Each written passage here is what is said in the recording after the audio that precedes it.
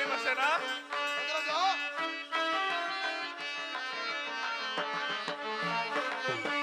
ಕೇಳಿದೆಯ ಚಕ್ರವ್ಯೂಹದ ರಚನೆ, ಕೇಳಿದೆಯ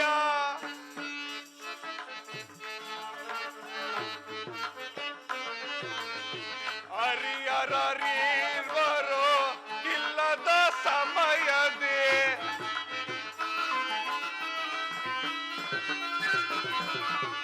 ಹರಿಯರೀರ್ವರು ಇಲ್ಲದ ಸಮಯದೇ ಗುರುಗುಣ ರಚಿಸಿದ ಚಕ್ರವ್ಯೂಹವ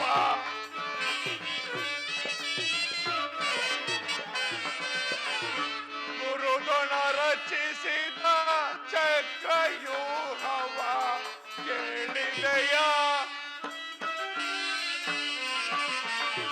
ಕೇಳಿದೆಯ ಕೇಳಿದೆಯ ಕೇಳಿದೆಯ.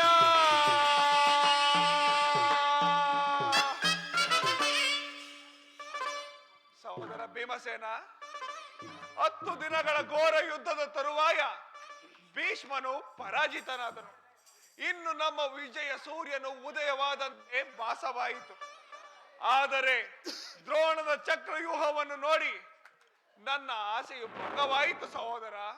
ಅಗ್ರಜ, ಊಹದ ಮಹಾದ್ವಾರದಲ್ಲಿ ಸ್ವಯಂ ದ್ರೋಣನೇ ಧನುದ್ದಾಗಿ ನಿಂತಿರುವನು. ಅವನನ್ನು ಸೋಲಿಸುವವರು ಯಾರೂ ಇಲ್ಲ. ನಿನ್ನೆಯ ದಿನ ನಾನು ಪ್ರಯತ್ನಿಸಿ ನಿರಾಶನಾಗಿ ಹಿಂದಿರುಗಿ ಬಂದಿರುವೆನು. ಸಹೋದರ, ಇಂತಹ ಸಮಯದಲ್ಲಿ ಕೃಷ್ಣಾರ್ಜುನರು ಇದ್ದಿದ್ದರೆ ಚೆನ್ನಾಗಿರುತ್ತಿತ್ತು. ಅರ್ಜುನನು ವ್ಯೂಹ ಭೇದ ಪದ್ಧತಿಯನ್ನು ಚೆನ್ನಾಗಿ ತಿಳಿದಿದ್ದನು.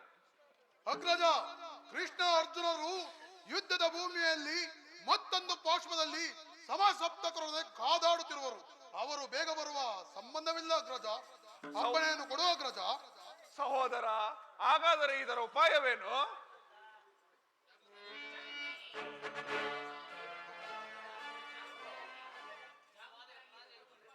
ಜಾಗೃತೆಯಾಗಿ ನಾವೊಂದು ಉಪಾಯ ಹುಡುಕಲೇಬೇಕು. ಇಲ್ಲದಿದ್ದರೆ ಪರಾಜಯವು ಖಂಡಿತ. ಪರಾಜಯ ಪರಾಜಯ ಪರಾಜಯ.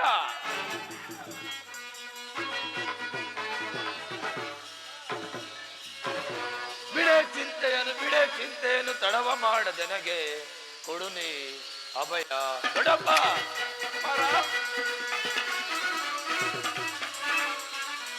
ಬಿಡೆ ಚಿಂತೆಯನ್ನು ತಡವ ಮಾಡದೆನಗೆ ಕೊಡುನಿ ಅಭಯ ದೊಡ್ಡಪ್ಪ.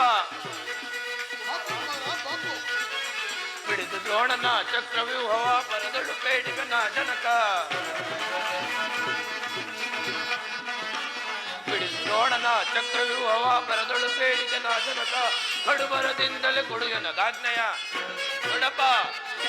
ಕಡುಬರದಿಂದಲೇ ಕೊಡುಯನಗಾಜ್ಞೆಯ. ಬಿಡೆ ಚಿಂತೆಯನ್ನು ತಡವ ಮಾಡದೆನಗೆ ಕೊಡುನಿ ಅಭಯ ದೊಡ್ಡಪ್ಪ. ತಂದೆ ಪಾತ್ರನ ದಯವೊಂದಿರಲಿ, ಇಂದುಲೇಶನೇ ಎದುರಿಗೆ ಬರಲಿ.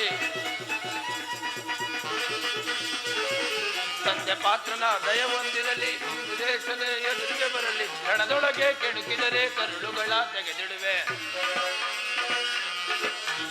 ರಣದೊಳಗೆ ಕೆಣಕಿದರೆ ಕರುಳುಗಳ ತೆಗೆದಿಡುವೆ. ಬಿಡೆ ಚಿಂತೆಯನ್ನು ತಡವ ಮಾಡದೆನಗೆ ಕೊಡುನಿ ಅಭಯ ದೊಡ್ಡಪ್ಪ. ಕುಮಾರ ಬಾಪು, ಕುಮಾರ ಬಾಪು. ಅಸಂಭವ.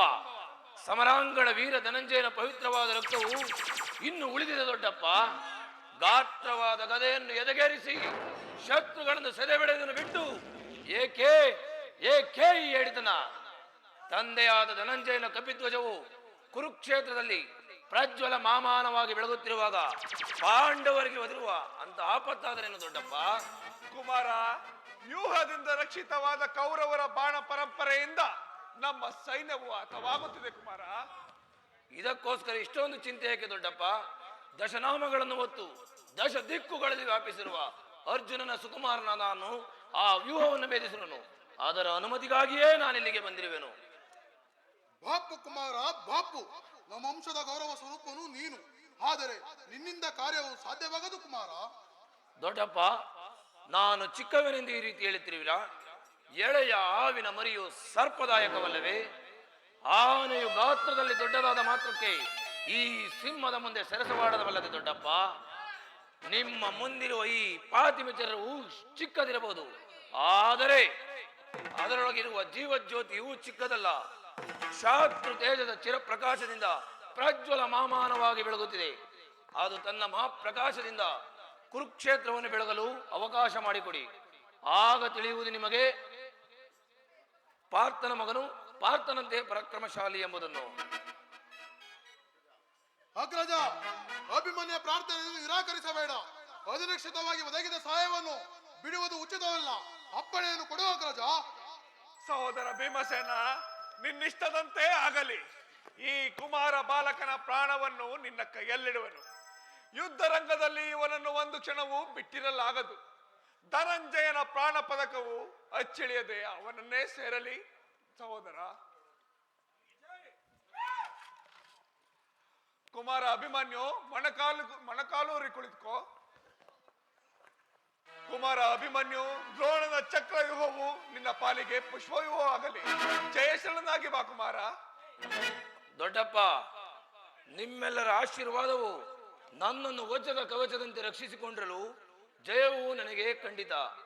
ಈ ಖಡ್ಗವೇ ನನಗೆ ಸಹಾಯಕನು, ಪರಮಾತ್ಮನೇ ಶ್ರೀರಕ್ಷಕನು. ಈ ಖಡ್ಗವು ಎಲ್ಲಿಯವರೆಗೂ ನನ್ನ ಕೈಯಲ್ಲಿರುವುದೋ ಅಲ್ಲಿಯವರೆಗೂ ಪಾಂಡವರ ವಿಜಯ ಪದಕ್ಕೆ ರಾರಾಜಿಸುವುದು.